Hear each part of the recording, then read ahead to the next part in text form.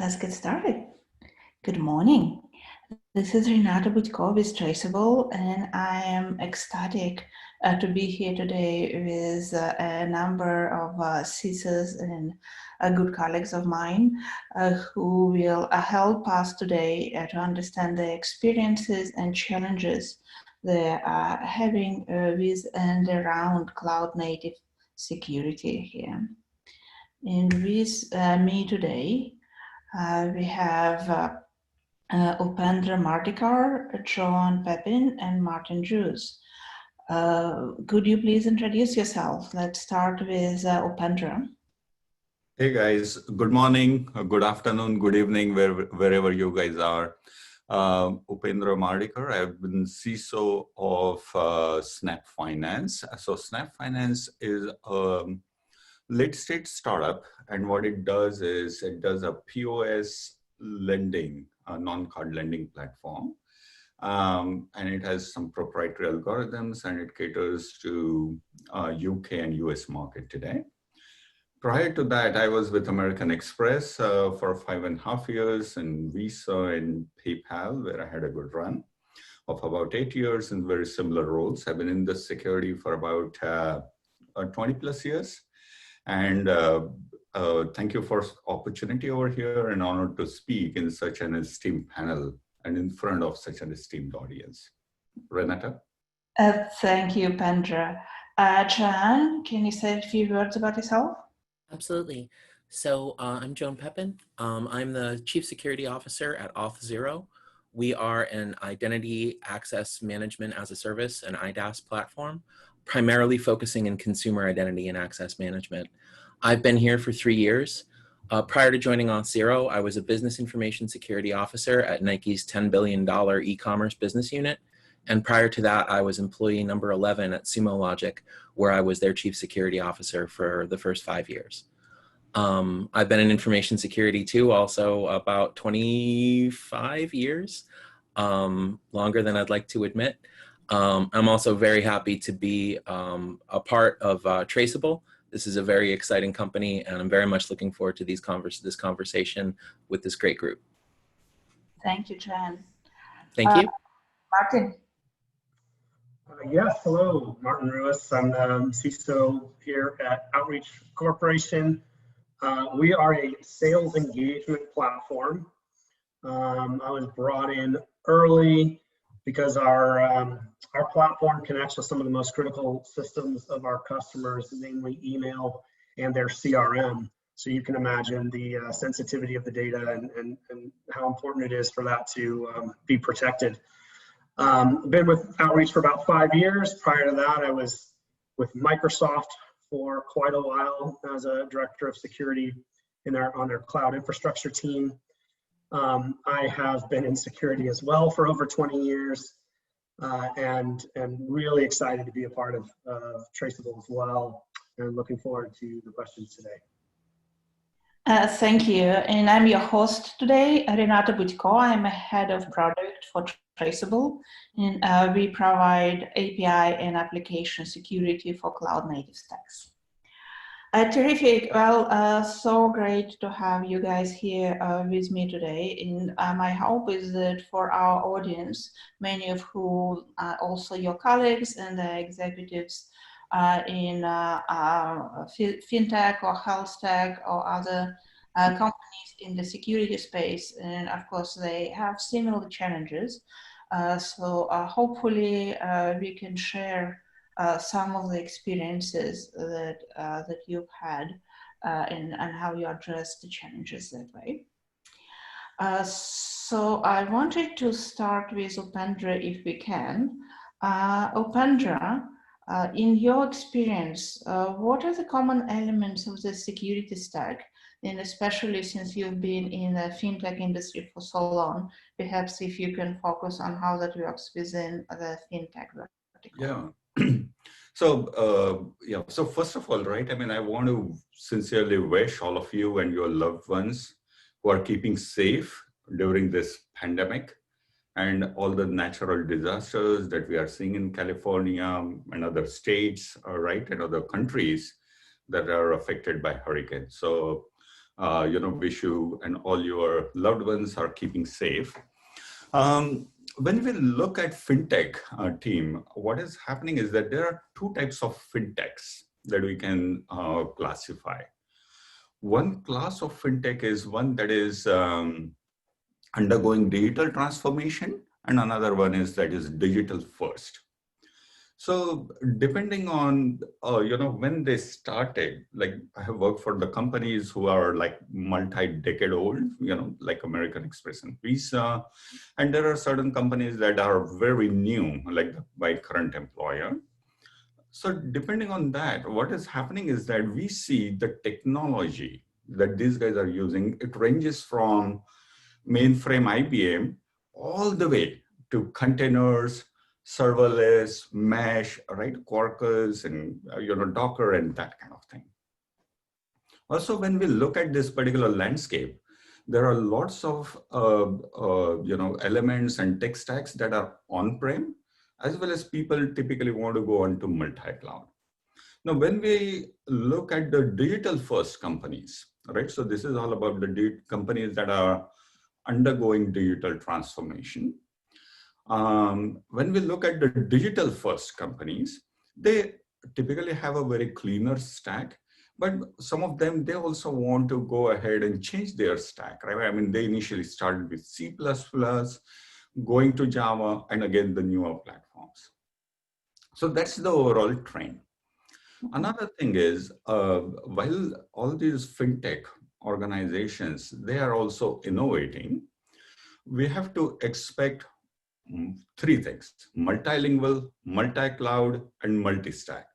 Polyglot architectures, multi-cloud architectures, and then multi-stack, right? So you will see people using .NET, you will also see Java, you will also see assembler. So it's all over the map, as you can see, right?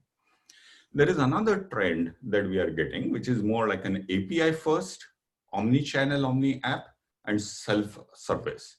So these are the three trends where those organizations are going. So, and another trend, guys, to keep in mind is that security typically has been seen as a naysayer organization, thou shall not do this kind of thing. And it is also evolving as a business enabling and business differentiation function. So in short, to cater to this multi-star or multi-asterisk environment, there needs to be an easy way to detect, to prevent, to recover and respond, and more importantly, to predict. The prediction is super critical. And at all levels, infrastructure levels, application level, and product level and business level security, how do the common elements of the security stack are, they go in the infrastructure across all these stacks. They go at the platform and product level across all these stacks. And then there are business level consequences that also go across all these stacks. So these are the trends, high level trends, guys. That's great. So in terms of how, this is a great description of where the fintech enterprises need to be given the current hybrid architectures and polyglot situation there. In terms of what tools they use to accomplish security across all these areas, and where are possibly still the gaps that these current existing tools don't cover? Can you address that? Yeah. So when we look at this particular landscape or terrain, if you will, or create a mind map, right? We'll start seeing lots of white spaces, if you will, and lots of gaps, right? The same tools that we have on the infrastructure level at .NET might not be available in other environments, or maybe in containers, right? Or in, if you're creating a mesh and all that. So having for the CISOs, you have to know first, I mean, prescription before knowing the ailment is malpractice, is what they say, right? So first of all, we have to know what kind of problems are we seeing. So detection and observability across all these stacks is super critical, so that we at least can put our hands onto what we know in these heterogeneous environments. And then responding automatically and very quickly is super critical without disrupting business. What happens is that when you have the tools at the infrastructure level, when you have tools at the product and platform levels, and then business levels, there are multiple configuration knobs that the security professionals have to deal with. And on the top of it, because of this trend of CI/CD, where developers are actually putting in, they put it on the pipeline, and then the code factory just goes, it creates lots of, lack of visibility in these kinds of environments. So these are the white spaces. If you paint the picture, again, multi-stack, multilingual, and multi-cloud environments, how do we go and create comprehensive visibility when an attacker goes from one environment to another environment? That there is lots of white space over there and opportunity. Okay. What about the emerging threats landscape? I know we've seen quite a few data breaches recently. Yeah. That don't quite follow the traditional pattern, and sometimes they specifically exploit APIs or a part of the emerging threats, and perhaps using that as a jumping platform to then have a sidewise movement into other areas. Yeah.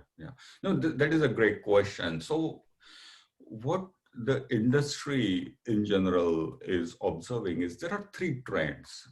And it's so interesting, yet scary, interesting in a scary way, to see how these trends are emerging. First thing is, all of us, right? There was an immediate shelter in place, work from home, right? I mean, I'm working from home right now, and most of us are. Yeah.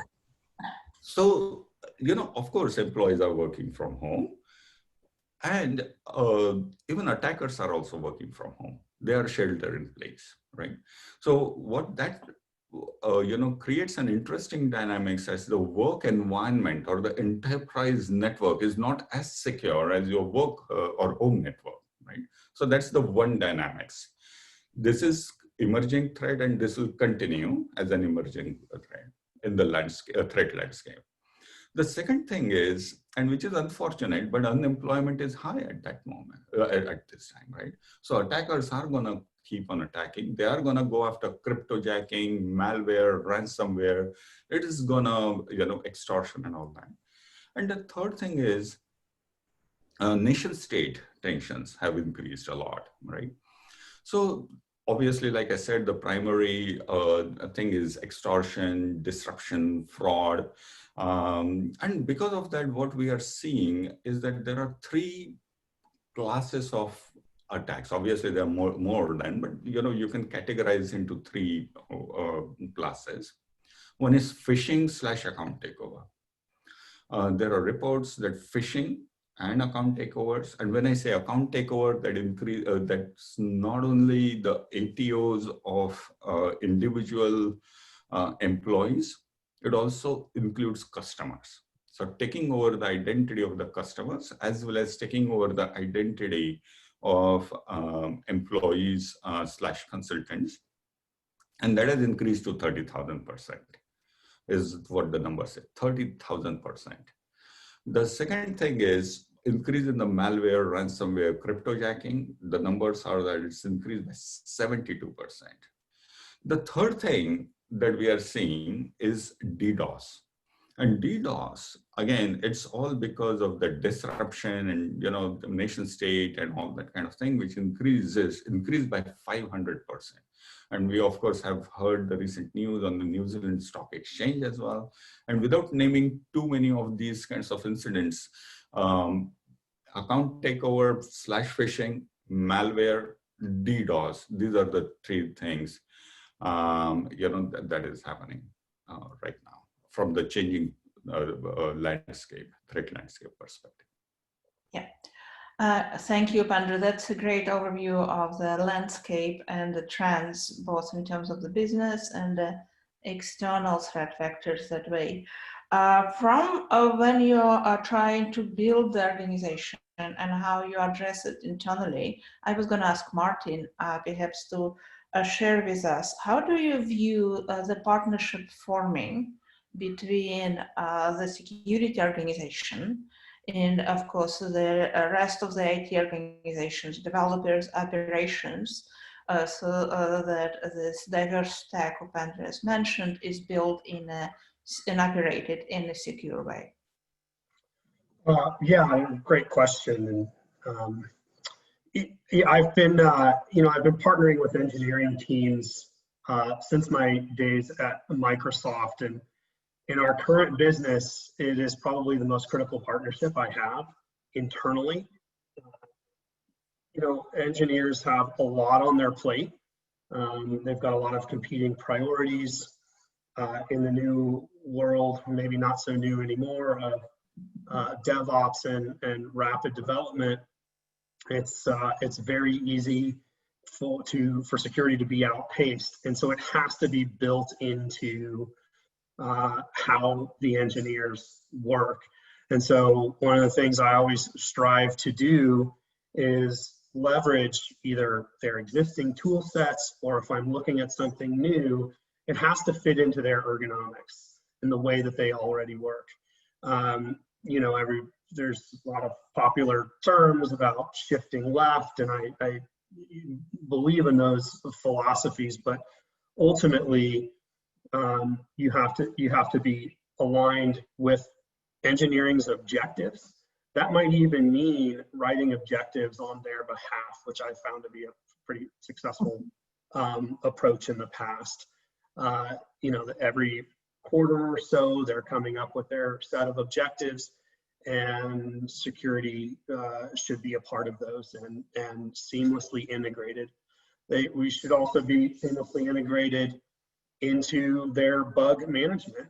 If engineering is, if vulnerabilities are being found either during compilation or as part of a static analysis, or if they're being found once code has been released, those bugs should be treated just like any other bug in the same systems, with some help for how to get them fixed, and ideally with a way to give the engineers a little bit of time to fix them. And tools like Traceable, I think, give that to you, where you may see something that's already out in production in your code, and you can block that while you give your engineers some time to fix the actual issue. That's great. And I know Upendra has mentioned the Polyglot Landscape and different environments that way. Is this the reason why this partnership is more important now, or are there any other reasons? I mean, absolutely. We have, it's just in our organization, right? We're moving from a monolith application built on Rails to a more microservice application. On the corp side, everything we do is in the cloud. We have nothing on-prem. In a lot of ways, that makes it easier for us to shift to this work-at-home environment. But there are a number of other things happening. There is still a skills shortage in security. I mentioned the rapid development, but the proliferation of data and integrations to other applications, all of which, by the way, are powered by APIs, is something that really makes this important. I think engineering, we're always going to see a pretty, maybe significantly larger investment there than you do in the security team. And so automation and partnership and teaching engineers how to fish, how to understand security, if you will, and integrate that into their daily activity or their daily tasks is the only way security teams will be able to keep up. I often describe it as being an advisor. We should be the experts in the advisory teams, because we'll never have enough people to always be the doers. We have to be partnered with engineering to make that happen. And that also goes to, I think, what Upendra mentioned around, security often being seen as a blocker or the hindrance to getting things done quickly and maybe even to innovation at times. But I absolutely think it's a business enabler, and there's a way to turn that story around for engineers when you're partnered in that way, and you're making their lives easier upfront by integrating with their processes, their ergonomics, and solving problems for them earlier, right? So that when response hits, it's not a bunch of late night security response they have to be dealing with. They've hopefully already taken care of those. And a lot of that is just about good storytelling and partnership and education on why we're approaching security a certain way. So in terms of the challenges, is a perception that the security is just in a way? I think we're still getting past that. But I think with all of the breach news we see, the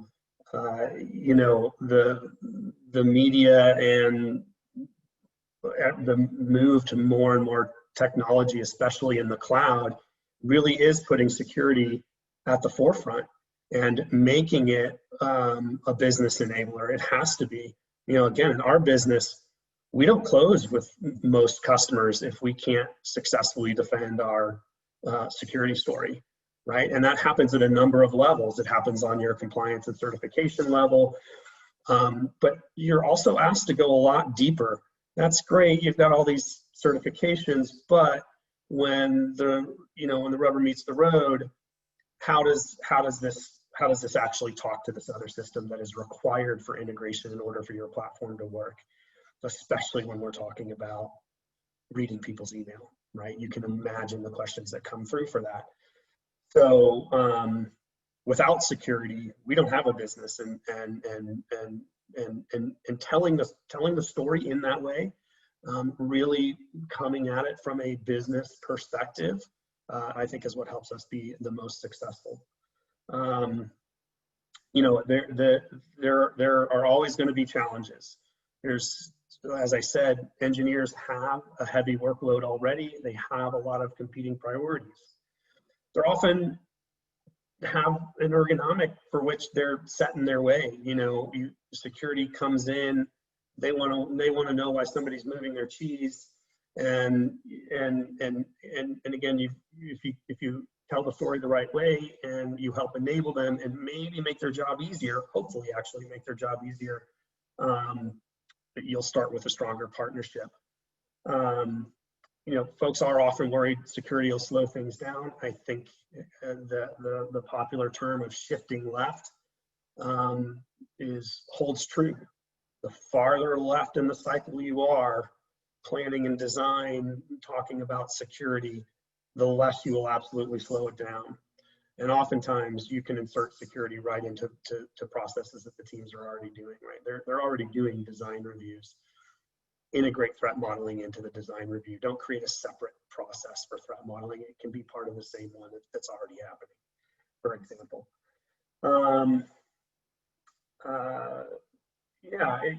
I already mentioned kind of keeping pace with the investment. And the only way to do that is with help and automation.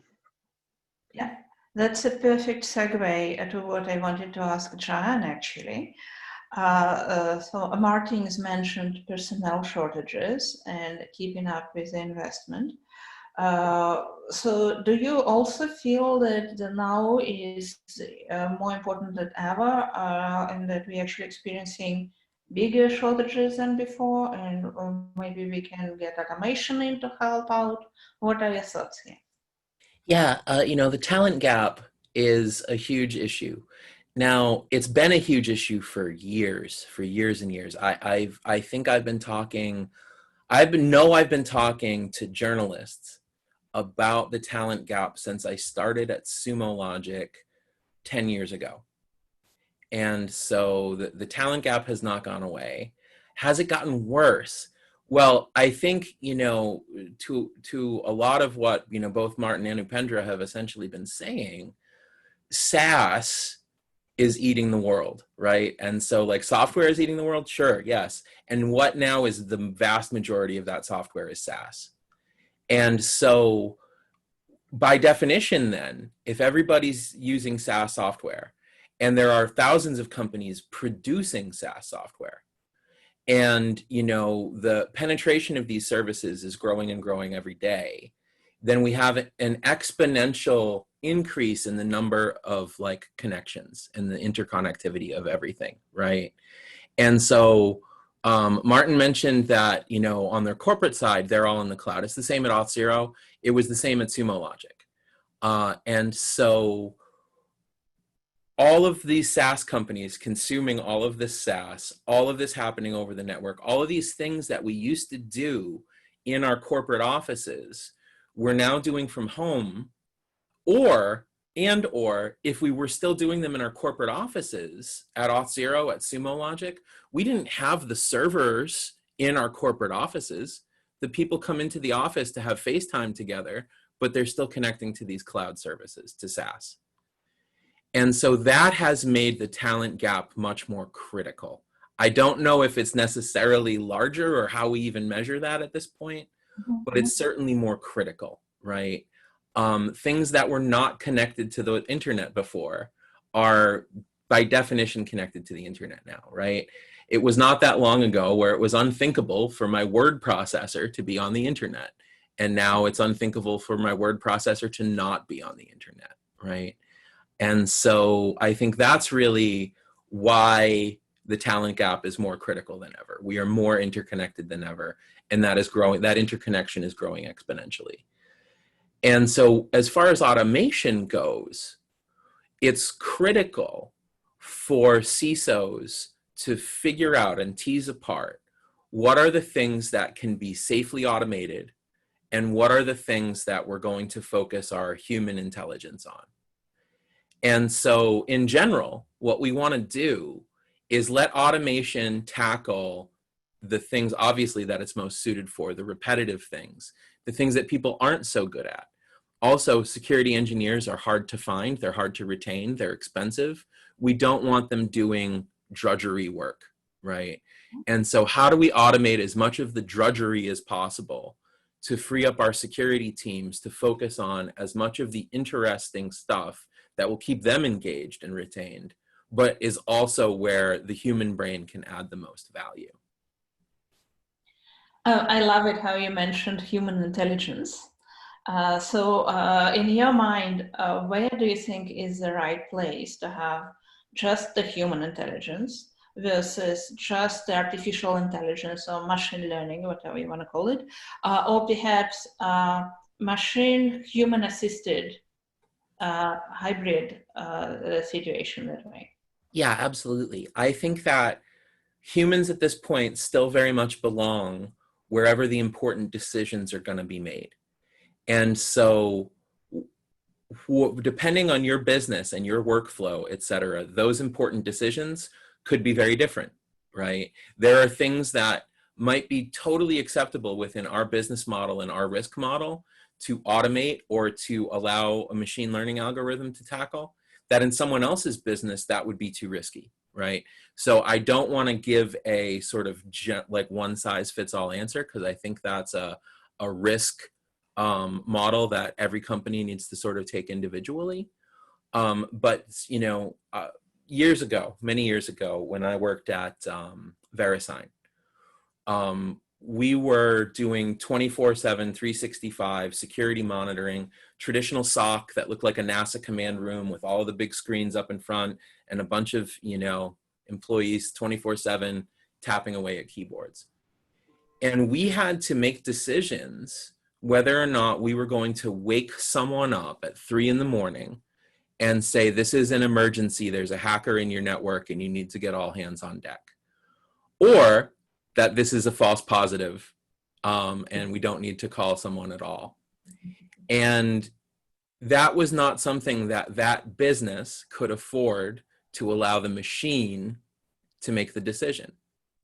And so what we wanted to do was provide the human beings making that decision with all of the relevant information and context that they could have, right? And we used some primitive machine learning tools back then in order to do that, in order to present the analysts with the best information that we could present them with, the best recommendations, and then ultimately allowing them to make the decision, right? And that is then followed up with a ruthless sort of process, a post-mortem. Every time we called somebody and they were upset about it, they said this wasn't worth waking me up for. What did we miss? How do we shift that all the way into the recommendations? Are there signals that we're getting that are not good signals, that are more noise than signal? And they informed our decision, and we should squelch those signals, right? And so that in general, I think is the model to approach.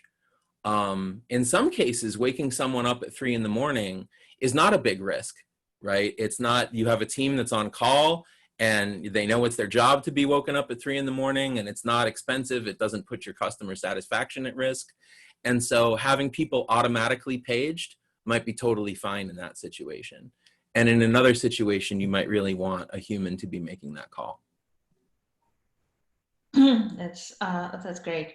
And yeah, the example is a little bit from the past, but I do understand that with any security systems, we can't obviously disclose anything that is currently operational, because it only opens the doors for the bad guys to be that much more effective. So let's put our futuristic hat on then, and let's think in abstract based on your experience. And I know you have a lot of interest in the newer AI and machine learning technologies.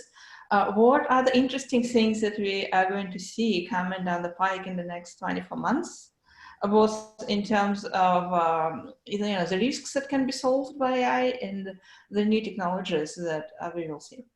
Yeah, no, absolutely. And I think, what you guys are doing at Traceable is absolutely, at the top of the list, right? With the explosion of APIs and SaaS services, right? And most SaaS services have an API or many APIs associated with them. With that explosion, it's critical that we develop some sort of understanding of interactions across these many systems and many thousands of users. And our API ecosystem out there on the internet has gotten so complicated. And, good SaaS companies are now producing things that are much more like platforms than they are like single products.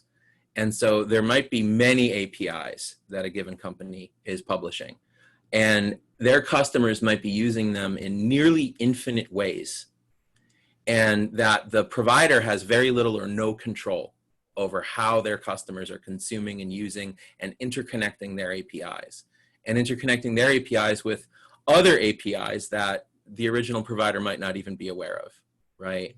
And so how do we model those interactions? And I think this is a case of the opposite, where the human brain can't keep up. There's so much that's just not knowable that we can't think about.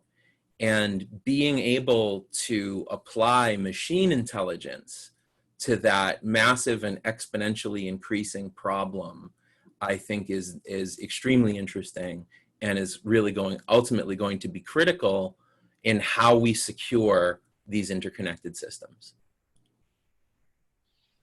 Great, perfect. Upendra, Martin, did you have any additional comments that you would like to share? Yeah, I can add to the machine learning, and I completely concur with what Joan is saying. What is happening, guys, is that I know there are some of you who are trying to start a company, or you already have a company, or maybe you are CISO or a security professional in some shape or form in your organizations. And you may be using some security tools and technologies, right? What is happening is that when you look at the malware, there are 3 or 4 trends, where the machine learning becomes an AI machine learning becomes super critical in cyber. One is malware. It's the sophistication of malware is increasing a lot, right? And I have seen in my previous life couple of multiple incidents, but some of them that I remember clearly is the identity takeover, right? And we tried to basically, it was more like a cred stuff attacks that we got. And then, we were saying, okay, what the pattern of that was, and we tried to put some rules and, be it WAF, be it in some applications, and we started doing all those kinds of things. And very quickly, we realized that the attackers themselves are using artificial intelligence. And they started changing within seconds. And then, when we had to deploy these kinds of technologies, we had to orchestrate across multiple organizations, be it SRE, be it DevOps, be it networking team, be it this engineering organization, be it that engineering organization, then push the code to live. By the time we squash that attack, the attackers, they are using artificial intelligence, they quickly change their behavior, right? And then again, we are going in that same cycle. So that's where the machine learning becomes super critical. Another thing is that attackers have lots of PII, right? So they know our customers' behavior. They know how they use, based on social media and other kind of things. They have lots of information that we don't have about our customers. That's sad to say as well. And big game hunting, which exploiting particular vulnerabilities of a single high-value target. So that is also coming up a big thing. So to answer, in my experience, where we have used machine learning very effectively, and obviously there is nothing 100%, but effectively, to weed out normal from suspicious, especially when we talk about the tactics, techniques, and procedures, going through that, TTPs, if you will, and then, applying AI over there, in my experience was super helpful, but I'll let Martin add more color to it. Yeah, I'll talk about 2 of the topics, and I'll take a little different tack on some of the more interesting AI challenges. But for manual versus ML driven, one of the first questions I asked when I first started talking to Traceable was, what did the human element on the other side of the ML look like? As AI and ML became a thing to solve security problems, and not replace the human element, but augment it and help fill that skills gap, I was still never willing to rely 100%. And I think Joan alluded to that and really, talked about why you don't have that luxury most of the time. And so the most successful security solutions, ML-driven security solutions I have a team of people on the back, continually checking and updating the model and giving me the confidence that by the time it gets delivered to me, I can rely on that result. I still do my own diligence internally, but it takes a lot less time. And what that leads me to, though, is that interesting challenge in AI over the next couple of years. In order to do what I just said, you have exactly what I said, which is humans looking at the model and the data flowing through those ML models. Now, for some ML models, that data may not be that sensitive. Or the AI and the ML that we are building, it's incredibly sensitive. We are talking about email, message, and body content, phone calls, things like that. So you have to it's a tough challenge to figure out how do I get the right ML and AI working while protecting that data at the same time, because it's, you know, contrary to popular belief, there's always still a human element building the ML and the AI behind the scenes. And so you've now left this world of security solutions to solve the problem, and you're kind of back to the basics of, let's make sure we've got good access control and education for those individuals that are working on those hard problems. So that little different challenge, but one that we're facing every day. No matter where you go, there's AAA. Yeah, Right? that's Like right. That's right. Yeah. Yeah. No matter how advanced, no matter how far we come, no matter, like, I still wind up asking when I'm advising, when I'm doing any type of, you know, I still wind up saying, so what's your AAA? Yeah. Yeah, absolutely. And we're almost out of time, but there is one question from the audience that's exactly on the topic of the AAA. So I wanted to ask that. And this is, as a CISO, how do you ensure that you don't mismanage your APIs and specifically the tokens that are used for authentication and authorization within APIs? And how do you manage the token lifecycle management for the API? I'll give a quick answer, and then I'll hand it to some others I think are probably working directly in that problem, Joan. We are experimenting with our own minting service because this is absolutely a problem, and we know it's a hard one to solve. At the same time, we're looking at solutions from providers like Auth0, Okta, and others. I like to step back from hard problems like that and leave it up to the experts. There are people that this is what their business is. You know, I want to make sure we're looking there first. But we've just created a new API minting service that we're slowly starting to put some microservices into, and it's showing some promise. We have a ways to go, but it's all happening as part of our latest API version. I think that there's two answers to that question.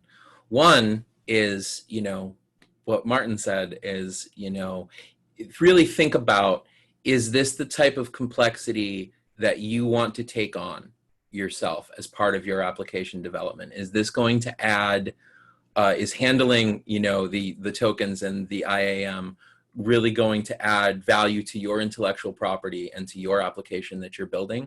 Or does it make more sense to outsource that complexity to people who focus on it solely, right? So that's one answer.